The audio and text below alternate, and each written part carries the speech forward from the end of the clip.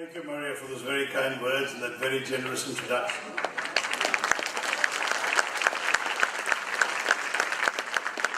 Ambassador Kumaran, Mr. Mohansi Thomas, Mr. Lucas Chako, Mr. Rappai, distinguished members of the audience, friends, I hope that covers everybody. As we say in Kerala, Ellarikkum ende Vinithamaya Namaskaram.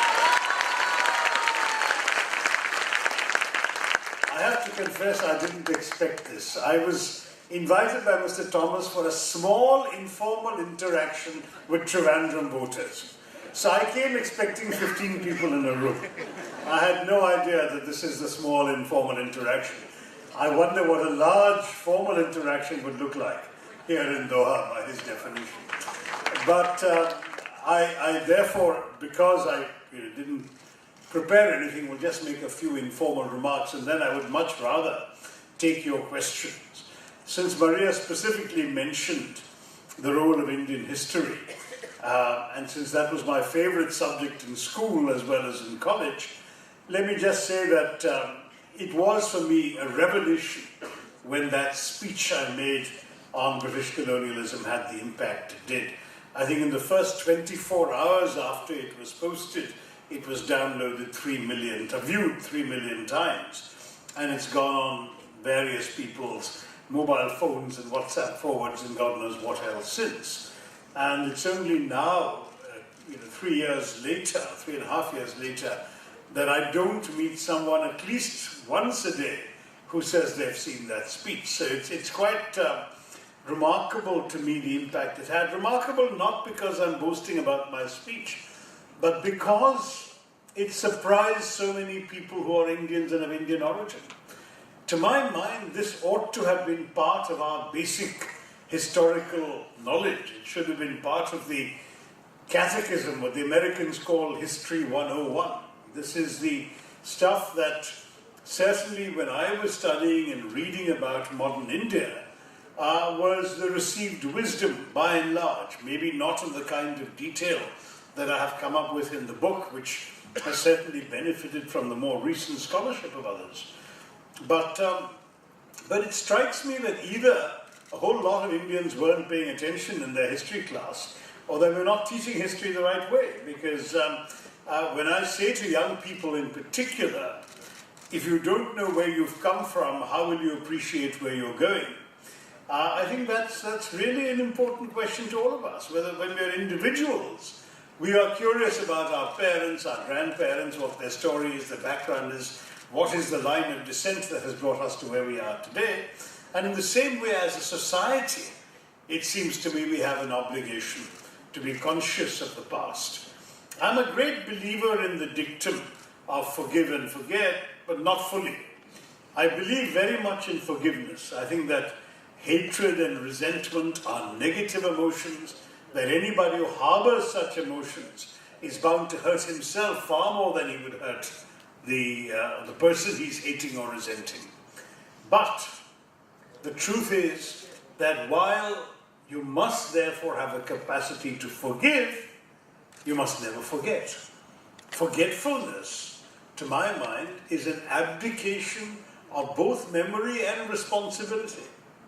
Because if you just say that I forgive you and I will forget the wrongs you have done, then you are also saying that you are absolving that person, or in this particular case, a country, a system, a force, of any responsibility for their wrongdoing. If people can do wrong and everyone will forget they've done wrong, then what is the incentive to do right? So in my mind, you mustn't forget. Yes, you must forgive. And I've said that multiple times in all my talks. Forgive, but don't forget. And I say that particularly because in a short time, less than 2 months away, we come to the centenary of perhaps the single worst atrocity of the British Raj in India, the Jallianwala Bagh massacre. It was a momentous event in the forging of a national consciousness in India. And yet, in terms of the number of people killed, it was actually not terribly significant. The British admit to 379 massacred. The Indian side claimed closer to 2,000. the truth was almost certainly somewhere in between. But even the highest possible figure pales by comparison with the 100,000, the lakh of people who were mown down mercilessly by the British in their takeover of Delhi in 1858 after the so-called mutiny, the revolt, when they killed innocent men, women, children, anybody they could find. Hanged, drew and quartered people of the most extreme brutality. So it's not the numbers in the massacre. It's everything that the Jallianwala Bagh incident represented. It came at the end of the First World War, in which India had been a major supporter of the British Raj, where Mahatma Gandhi had called on to India to support the war effort, where India had supplied vast sums of money from a country increasingly impoverished by the depredations of colonial rule.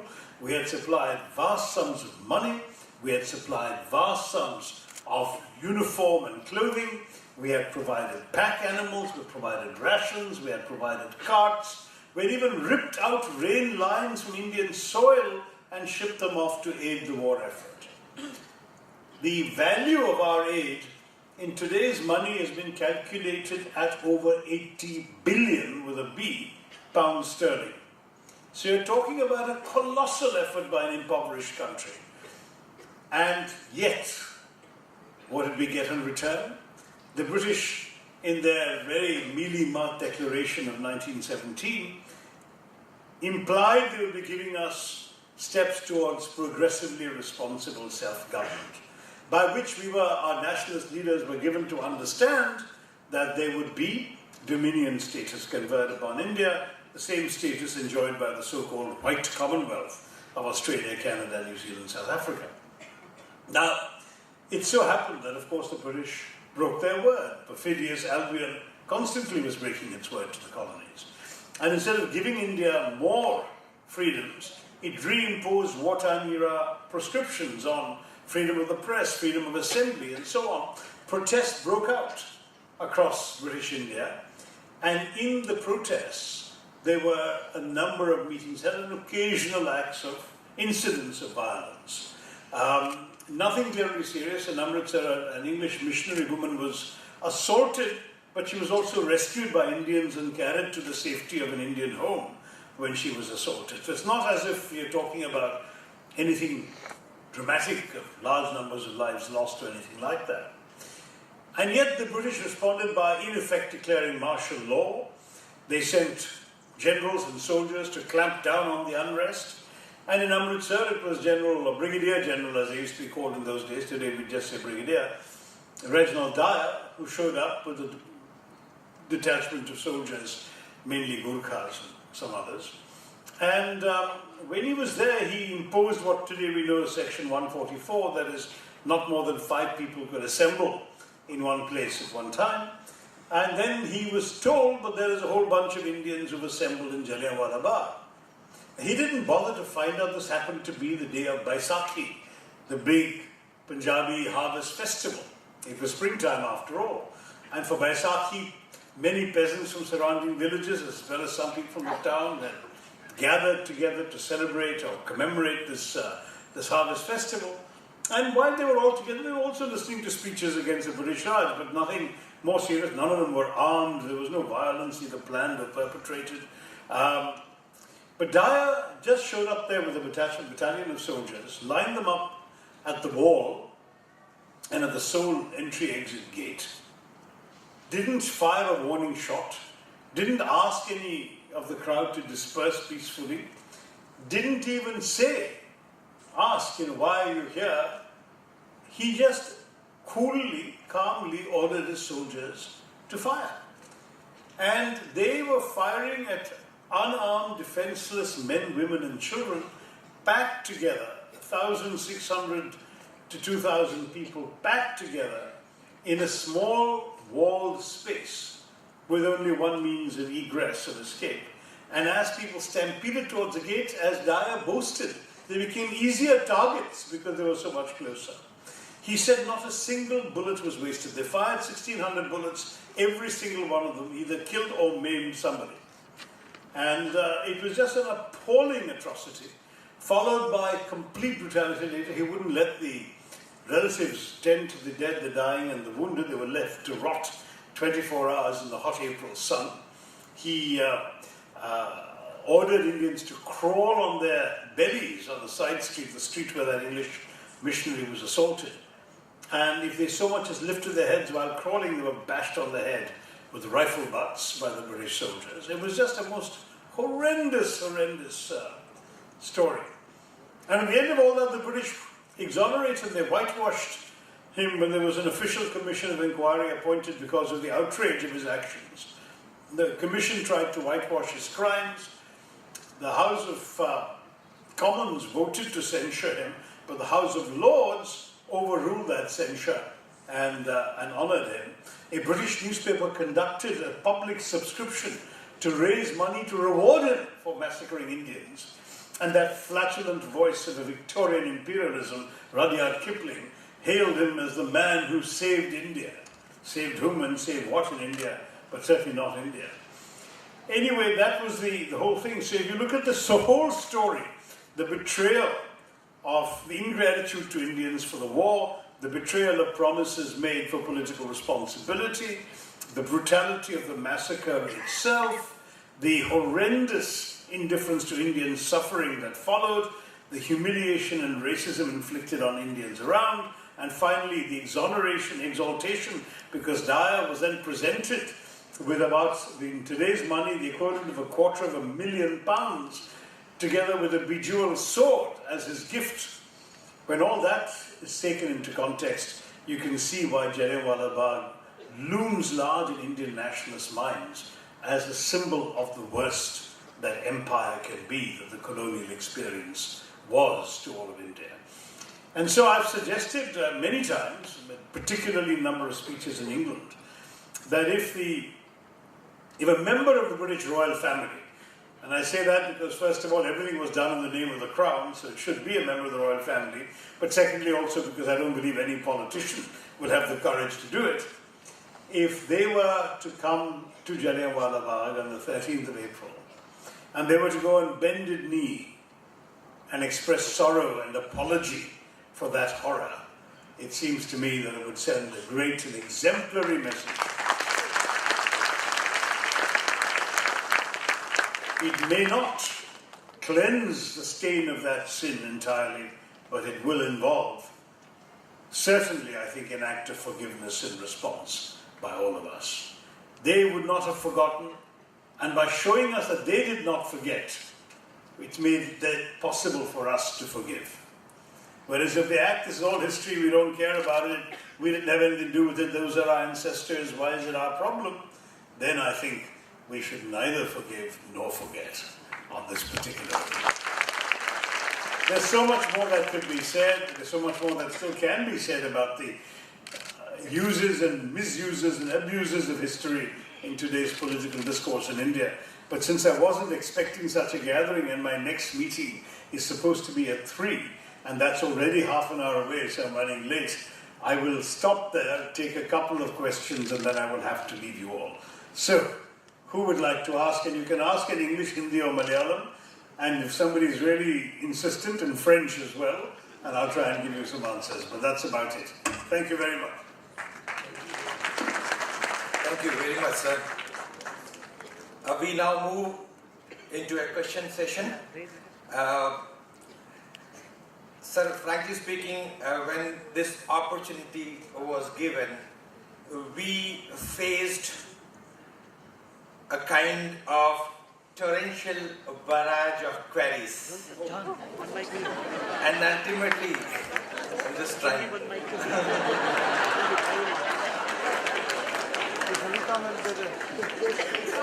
Ultimately, we need to sit down and select few. May I now request the fortunate few to begin? Good afternoon, sir. Good afternoon. I'm Rochelle D'Souza, studying in from class 7. I feel very fortunate to hear your outstanding presentation live. So, I have one question for you. The most grievous problem faced by our country nowadays is unemployment. Highly qualified people are also not able to find a suitable job. Employers complain even though they are qualified, they lack adequate skill. So isn't it high time we implement change in our education system and make it more skill-oriented rather than marks-oriented? Excellent question, yeah.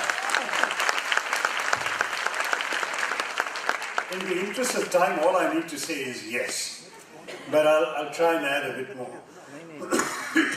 We have a serious problem in our education system, which starts at the school level and goes into the college level. At the school level, the challenge is that a lot of the emphasis in the Indian school system still is on textbook learning, rote memorization, what the teacher tells you, reciting it in the exams, regurgitating what you have been taught. We don't encourage enough creative thinking in the classroom. Children are allowed to ask why something is, they're never allowed to ask why not something else. And this lack of creativity in the classroom stifles the majority of students. A few are able to escape nonetheless and do creative things, but very many fall into the trap of the predictable. The challenge with the exam orientation in our school system is that you actually are being taught what to think, you're not being taught how to think. And when you're taught what to think, you're actually giving children a well-filled mind, full of facts and figures and information that comes to them from their textbooks and from the teacher. But in the 21st century, you don't need a well-filled mind. In the real world, you can find any bit of information you need with 2 suitably directed clicks of the mouse, or on your mobile phone, thanks to Uncle Google. Whereas what you need in the world today is not a well-filled mind, but a well-formed mind. A mind that is capable of dealing with unfamiliar issues, unfamiliar facts and figures, but knows or has been trained in how to approach the unfamiliar, how to deduce the essential elements, identify the essence of the problem, and find solutions to it. That's the kind of mind that the world needs, the 21st century needs, and employers are looking for. So I tell teachers, don't give them a well-filled mind, give them a well-formed mind. Don't focus on the exams, because the big exam called life tends to ask you questions you couldn't prepare for from a textbook. There's a line of Einstein that said something along the lines of the mark of an educated mind is really what's left behind in your brain after you've forgotten everything you've studied for your examinations. And that's basically the truth. It's far, far more important to know how to think than what to think. So let me again stress to you, that's the main thing at school. At college, there is the additional challenge that a lot of our syllabi are out of date. Our higher education system is over-regulated and under-governed, and as a result, we have a UGC that writes to universities and tells them the size of each classroom and how many classrooms and how many teachers and how many students they can have, but doesn't tell them what kind of quality of output is being looked for. The surveys of all the employers' organizations show that more than 80% of them are dissatisfied with the quality of recruits they're getting. And it's so ironic, we produce 500,000, 5 lakh engineers a year in India. 62% of them end up in jobs that don't require an engineering degree. They've essentially wasted their time, either because the education given to them was not good enough, or because it was simply irrelevant to the needs of modern employers. And so even big companies like Tata and Infosys now have set up university campuses of their own. Not for on-the-job training, but for actual remedial education. They hire people and then they put them through another year of courses to actually get them up to speed for what the real world needs. And that's a massive indictment of our system. So I couldn't agree with you more, young lady. We need to fix it badly and do it now.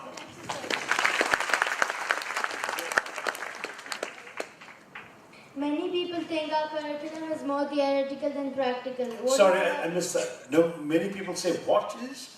Many people think our curriculum is more theoretical than practical. What is your opinion on this? The curricula are more theoretical than practical. Okay, sorry then. What is your opinion on this? Well, that's true, but you know, in life you need both theory and practice, right? You need both the abstract and the concrete. And the truth is that some things you have to know the theory before you can apply it in practice. I would agree with you that knowing just the theory and being unable to practice is no use, and particularly in the sciences. You can know how chemicals can interact, but unless you've done the experiment yourself, you won't have a real feel for it. If you're studying medicine, there's no point just reading about dissections through diagrams in a book. You have to dissect somebody yourself. I mean, this is part of the educational process. So both theory and practice are essential. I think the criticism often applies to the part of the young girl's question that I hadn't fully answered, which is about skill development. I was answering mainly for those who have a full education like most of the kids in this room will, but there are some who really don't have a talent for the theoretical at all, for academic learning. And in most of our government schools, the dropout rate from, say, about class 8 is ridiculously high. I don't know if you realize this, but in India, only 38% of children survive past class 8.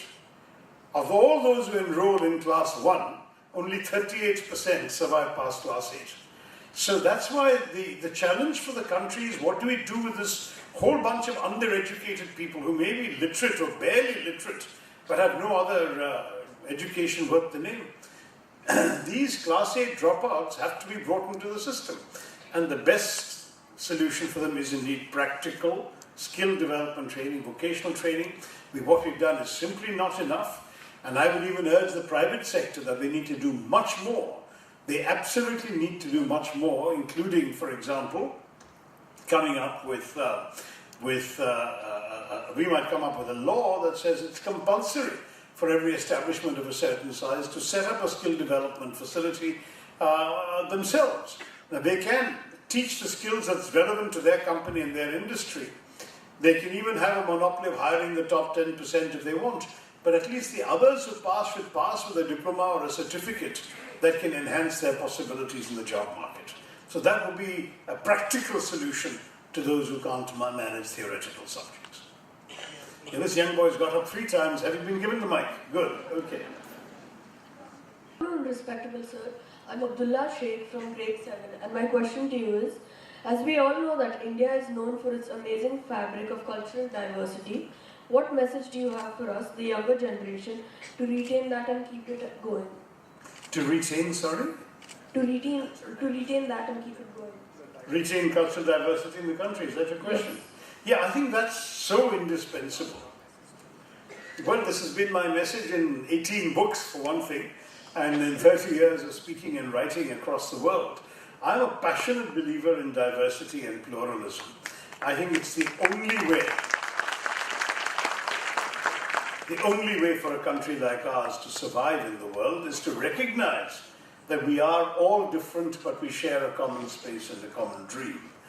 In fact, in my writings, I have consistently talked about both our cultural diversity and our political diversity as indispensable elements to keeping us together, because the great magic of the Indian experiment is that we have accepted that you can have differences of caste, of creed, of color, of culture, of consonant, of conviction, of cuisine, of costume and custom, and still rally around a consensus.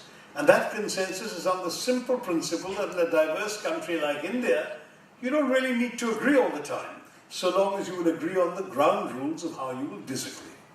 Our Constitution gives us those ground rules. It respects and reflects the faith that our founding fathers had, that ours is a nationalist movement, that it was for everybody and that will belong to everybody.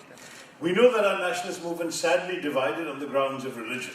It didn't divide between Marxists and capitalists, or between socialist ideologues and conservatives, any of those classic divisions. Instead, it went with one group of people saying religion should be the determinant of nationhood. And they got Pakistan. That was the idea of Pakistan. But India never accepted that logic, that religion should be the determinant of nationhood. The Indian nationalist movement said, no, our freedom movement is for everybody. It has always been for everybody. And the country we build as a free India will also be for everybody. So that is the underpinning of our diversity. Our Constitution gives us that security. Sadly, for the first time, we do have very powerful ruling forces in our country who don't share the faith in those ground rules. There are people speaking openly of the need to erect a Hindu Rashtra in India, which would in fact erase our diversity, which would focus on creating uniformity rather than unity. Uniformity is not unity. Uniformity is actually going to provoke more dissent, more hostility, more violence, more division. Unity says that I respect your point of view, please respect my point of view, we both have a place in the same country. But we are united together, we work together, and we dream the same dreams together. Thank you for that question. Good afternoon, sir. This is a good opportunity for me to seek high-quality professional advice. So, I would like to go to India after my 12th for further studies. So, am I going to do the right thing because I have to apply for NRI quota admission and the quota system worries me?